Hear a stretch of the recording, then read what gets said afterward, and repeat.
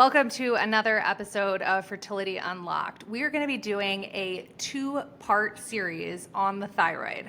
This is by far and away, is that the saying? Far and away? Anyway, this is the most common root cause that we see with clients coming into our practice. And a lot of times women with thyroid issues, it's more common in women than men, don't even realize it's part of their problem. So we're going to split this into a two-part series where we talk about those women who don't even know that it's a part of their problem when they reach us. Some of them have been through multiple rounds of IVF and no one has told them their thyroid gland is a part of the problem because of lacking testing, because of test ranges that are completely ridiculous.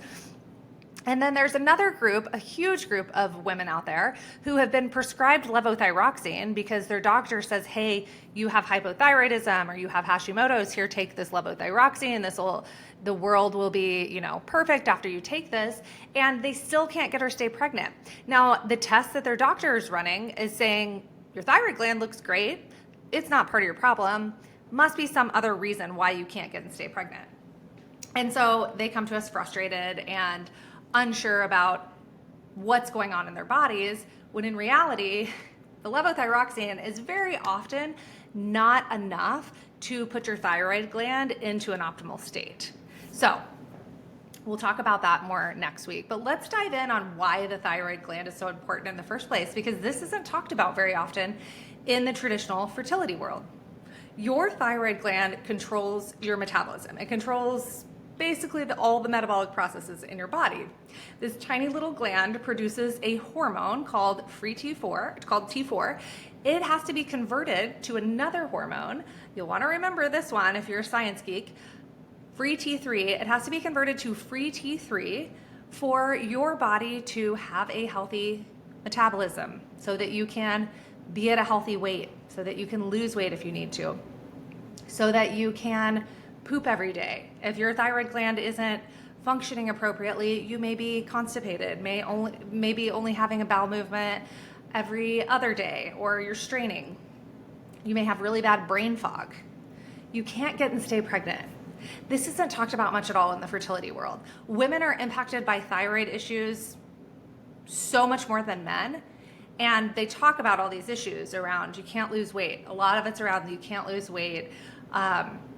Some of it's around digestion, some of it's around brain fog, but a huge one that is underserved is being able to get and stay pregnant. So what this looks like if your thyroid gland isn't functioning appropriately is you may not be able to get pregnant at all.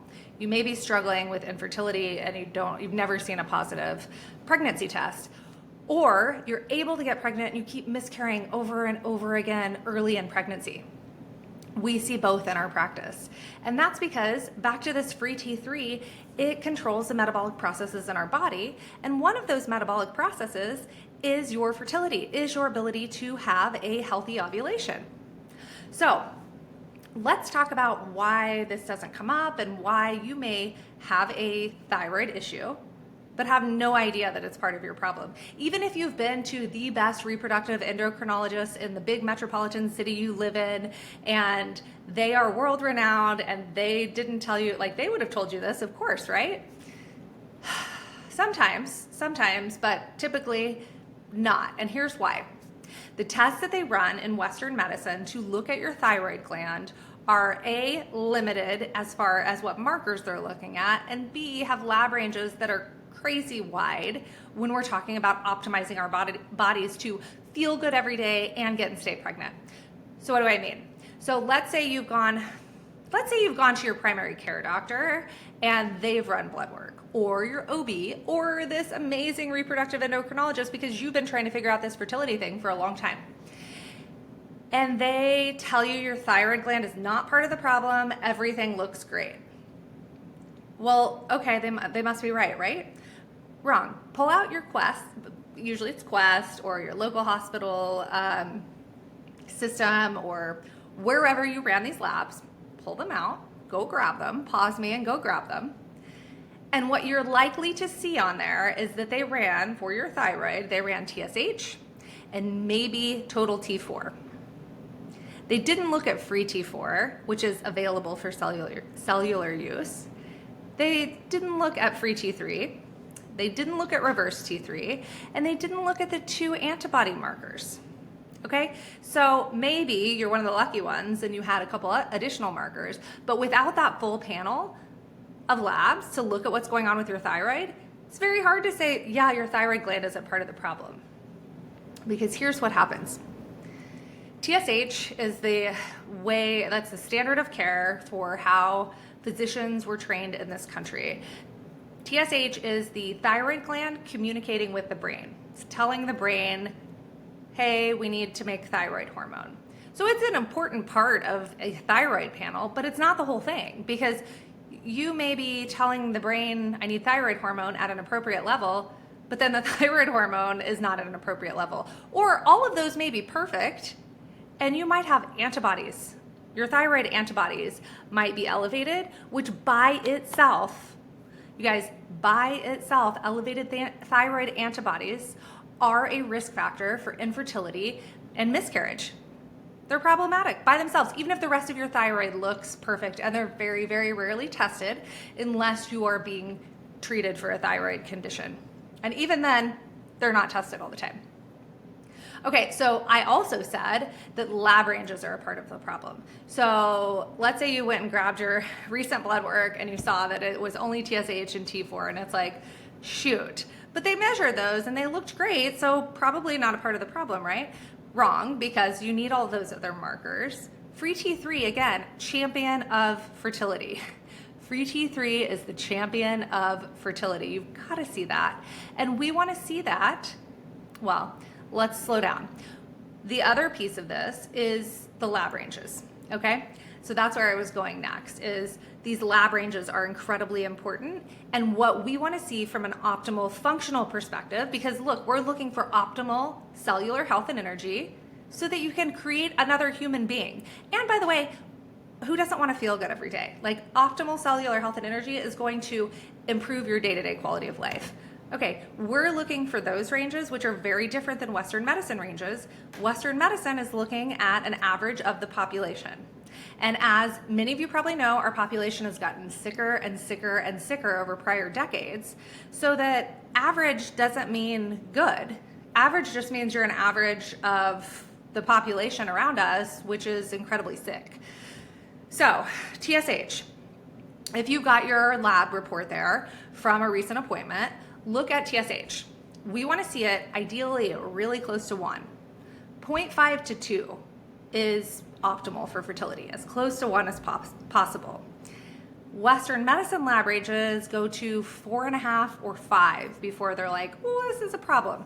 Now, there are some good reproductive endocrinologists who realize that anything over 2.5 or 3 might be problematic for assisted cycles. So you may be one of the lucky ones where they said something to you at a lower number, but for the vast majority of you, they're not going to say your thyroid is a part of the problem until TSH is at 4.5 or 5. And I'll tell you guys, at 3.5, you may feel like absolute garbage and not be able to get and stay pregnant. At 2.9, it might be the same thing. You might be like, I have trouble pooping, I'm constipated regularly.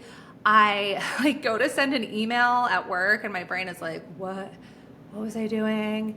And you can't get pregnant. Like, that's an indicator that this is a part of the problem. But again, it's not the whole picture, right? If your TSH is above 2, that's a clue that we've got some work to do on the thyroid gland. And then you want to see free T4 between about 1 and 1.5. This is the important one, like I was jumping to a minute ago. We want to see free T3 between mid 3s and low 4s. Usually in women, this is going to look like 3.4 to 3.8. I rarely see it go above that, but mid 3s to low 4s. And this is where I see a lot of issues with women who are having trouble getting pregnant or staying pregnant. They come to us, and let me give you like an example. Woman comes to us, she has been trying for 2 years, can't get pregnant, says that she's tired a lot, and digestion's okay, but she's constipated, and she thinks it's like every other week. And we run the thyroid panel, and her TSH is like 2.7. Not terrible. Her free T4 is 1.2. That's fine. Free T3 is 2.8. You guys, that's gonna be really hard for you to get and stay pregnant if your free T3 is that low. I've seen it as low as 1.9, but commonly it's in like the high 2s to 3.1 range. And that is gonna make it really hard for you to have optimal fertility and optimal day-to-day energy and feel good. Okay, the next marker that I may have missed a minute ago, but is super important, is reverse T3. Reverse T3 is very rarely tested in Western medicine, but here's why it's important. The way I like to think about reverse T3, it's another thyroid hormone, but it's antagonistic against free T3. So if you're watching on video, you get to see that my Italian roots make me love to speak with my hands. So reverse T3 is up here like a bad guy against free T3. Free T3 we need a lot of it. We need it to be abundant and able to do its job for healthy metabolic processes and fertility. And reverse T3 comes in and is like pound, pound, pound, pound. No. Calm down, free T3. So why does that happen? Reverse T3 naturally gets elevated in our bodies in a few instances, and it's a good thing. So if you're sick, if you're pregnant, your body is going to naturally elevate reverse T3, which is going to force you to rest. It's going to make you feel fatigued. It's going to make you exhausted. It's going to make you not hungry. That's another thing we see a lot with our thyroid gals is, I don't really have an appetite. I can't really eat much because I'm not hungry, even though they can't lose weight. But reverse T3 also gets elevated under times of chronic stress. And so if you've been trying to get and stay pregnant for a while and you haven't had any answers and any support and you've spent a fortune and you've cried in your bathroom many nights because your best friends got pregnant and the neighbor got pregnant and your cousin, accidentally got pregnant with her fourth,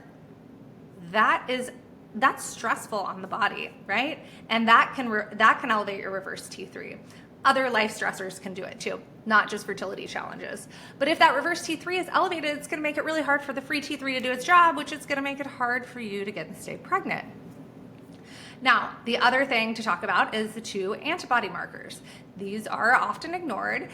In Western medicine, we don't do diagnoses in our practice. We're just looking for underlying root causes, which is more important, in my opinion, in this space than a diagnosis, because you are dealing with this world of, quote unquote, unexplained infertility, and you need answers about what's going on and what to do, not a label slapped on you. So that's my little diatribe on diagnoses versus root causes, and we'll do more chat about that later. But here's what the elevated antibody markers look like. It means that you've got autoimmunity happening on your thyroid gland. It means that your immune system is attacking your thyroid gland. Now, what does that mean in Western medicine? They would say, this is Hashimoto's. I tell clients, if you want a formal diagnosis, you can go to a reproductive endocrinologist, ask them for a thyroid ultrasound. They will see that the thyroid gland is enlarged. They will look at your antibody numbers and they will say, you have Hashimoto's. And you'll say, what do I do about it? And they'll say, take levothyroxine and have a good day, which is not going to be enough to reduce autoimmunity for the vast majority of people. But we see these antibody markers elevated, sometimes quite a bit, sometimes just a little bit. But either way, those antibody markers being elevated, even if the rest of the thyroid gland is perfect, are going to be enough to contribute to infertility and miscarriage. So we want to see that whole panel. I want to see it from a functional range, because even if you are one of the lucky ones and you've got your lab report right in front of you and they ran all of this, my doctor is great, and they said it was normal, and you've got an antibody marker that's at 55 and they said it was normal, that's not normal. I want to see it under 10. So that we need to see that full picture of what's going on with your thyroid. Now, I would say, I don't know what percentage it is. I'd have to look back at our clientele over the year, but a lot of women come to us in this boat.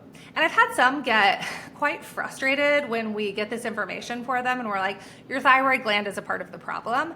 And one in particular that I'm thinking of was like, no, my fertility clinic ran thyroid tests earlier this year before my IVF cycle. She had had 3 IVF cycles that had failed. And they said it wasn't part of the problem. And I was like, pull up that old report and let's see what it looks like. She pulled it, and they'd only run TSH, and TSH was close to 3, and they told her all good. So again, you want to look at the full picture, and you want to look at the right lab range so that you can see what's actually going on. Now, next week, we're going to talk about if you're on levothyroxine, which is the most commonly prescribed thyroid medication. It is the standard of care for hypothyroidism. They prescribe it for Hashimoto's all the time. And you still can't get to stay pregnant, or you feel worse on it, or you don't feel much better and your fertility is still a challenge. What's going on there? So that's the other piece of this, is like, even if you are on thyroid medication, it's frequently not enough to get you to the other side. So let's go back to, you're in this boat of like, okay, maybe you're sitting there with your labs right now and you're looking at them and you're like, okay, well, I'm not in an optimal range, so my thyroid must be part of the problem. So what the heck do I do? So the way that we work with our clients is, if you're looking at your report and your TSH is in the high 3s or higher, it's very likely that a combination of working on the underlying root causes beneath the thyroid and medication is going to be helpful for you, because that tells us you're in a state where that's going to be most helpful. If your TSH is below 3.5, but not optimal, not close to 1, there is so much that we can do to get you back to optimal without medication. So what does that look like? I will give you a couple examples of what contributes to thyroid dysfunction in the body, because the thyroid, this isn't working with functional medicine is like peeling back the onion layers. Okay, the thyroid is part of the problem, yes. Is the thyroid gland the root cause? Well, no, there's something impacting in your lifestyle, and usually it's biochemically, that is making your thyroid gland not function appropriately. So here's what we typically see with women in our practice who've got this, what I will call suboptimal thyroid function. They are not eating enough food. Let me say that again. They are not eating enough food. And they think they're eating plenty of food because they're not hungry. They can't lose weight. That's a big one. They're like, well, of course I'm eating enough food because I can't lose weight and I'm not hungry to eat more food. And then they come into our practice and we have them track food and they're eating 1,400 to 1,700 calories a day. And the average active woman for a healthy cycle needs about 2,500 calories a day. Not eating enough is a huge part of it. And what happens when you don't eat enough is, well, let's back up and tell a little story. When we were all growing up, any of you women in your 20s to 40s will know this. When we were all growing up, it was calories in equals calories out. If I want to lose weight, I just eat less calories. We also grew up in the days of like low fat is best, and that's a whole nother episode on nutrition. We'll do a lot more of those later. But calories in equals calories out. Here's what happens. If you decrease your calorie intake, let's say to 1,400 calories a day, but your body needs, let's say it's 2,400 calories a day for your metabolic processes to be working optimally, you're in a big deficit. You're not getting what your body needs. And for about 4 to 6 weeks, when you start doing that, you're gonna lose weight. You're gonna drop weight and go, this is working. Calories in is less than calories out. It's an equation. Ta-da! And then what happens after everybody's different, 4 to 6, sometimes 8 weeks, your body's like, oh, hang on, hold the phone. We are starving to death. We are gonna turn down the heat on the thyroid gland. So the thyroid gland is going to slow down because it's like, well, I guess we aren't getting enough food. We are starving. We're gonna slow down our metabolic rate, which is going to cause issues with fertility, constipation, all the things we talked about. Symptoms are going to creep up, and you're going to stop losing weight, which is where women get really frustrated. They're like, I'm eating less and less and less and less, and I can't lose weight, or I'm gaining weight, because your body is holding on to every single calorie that it brings in like its life depends on it. That's a big part of thyroid issues for a lot of women in our practice. Alongside that, other things that are contributing in a big way are imbalances going on in the gut. You guys, with women who have thyroid issues, we get their GI maps back and they've got major gut dysbiosis, they've got inflammation, they may have yeast overgrowth. Those are stressors on the body. The other component of this is micronutrients. So you may be eating really, really healthy, but if you have, well, let's say you're not eating enough, let's say you've got issues going on in the gut that are making it really hard for you to absorb the nutrients and minerals you're eating, even when you're eating really great, then you go into a state where you've got micronutrient deficiencies, which is also stressful for the thyroid because there are nutritional elements that are critical for the thyroid to do its job optimally. And all of that together leaves you in this state where your thyroid's not functioning optimally. You can't get and stay pregnant. You don't really feel great day to day, but you don't even realize it because feeling not great every day is kind of normalized in our society. It's like coffee, wine, coffee, wine, coffee, wine. Like, ha ha ha, it's exhausting to be an adult, which like a lot of what's normalized isn't normal. So just because it's normalized, just because it's common, I should say, does not mean it's normal. So anyway, next week, we are going to talk all about what happens when you've been diagnosed with a thyroid issue, whether it was, clinical hypothyroidism where your TSH was 5 or 6 or 7, or it was subclinical and you're with a really good reproductive endocrinologist who's like, oh, your TSH is 2.9, I want to put you on levothyroxine to help with this, or you have Hashimoto's and that's why they put you on it. Either way, any of those categories, you're on it and you still can't get and stay pregnant, and you're like, what gives? There's a reason for it. Levothyroxine alone is very, very frequently not enough to get your thyroid gland into an optimal state. So next week, we're going to dive into that really deep. Tune in, and I hope you have a great rest of your week.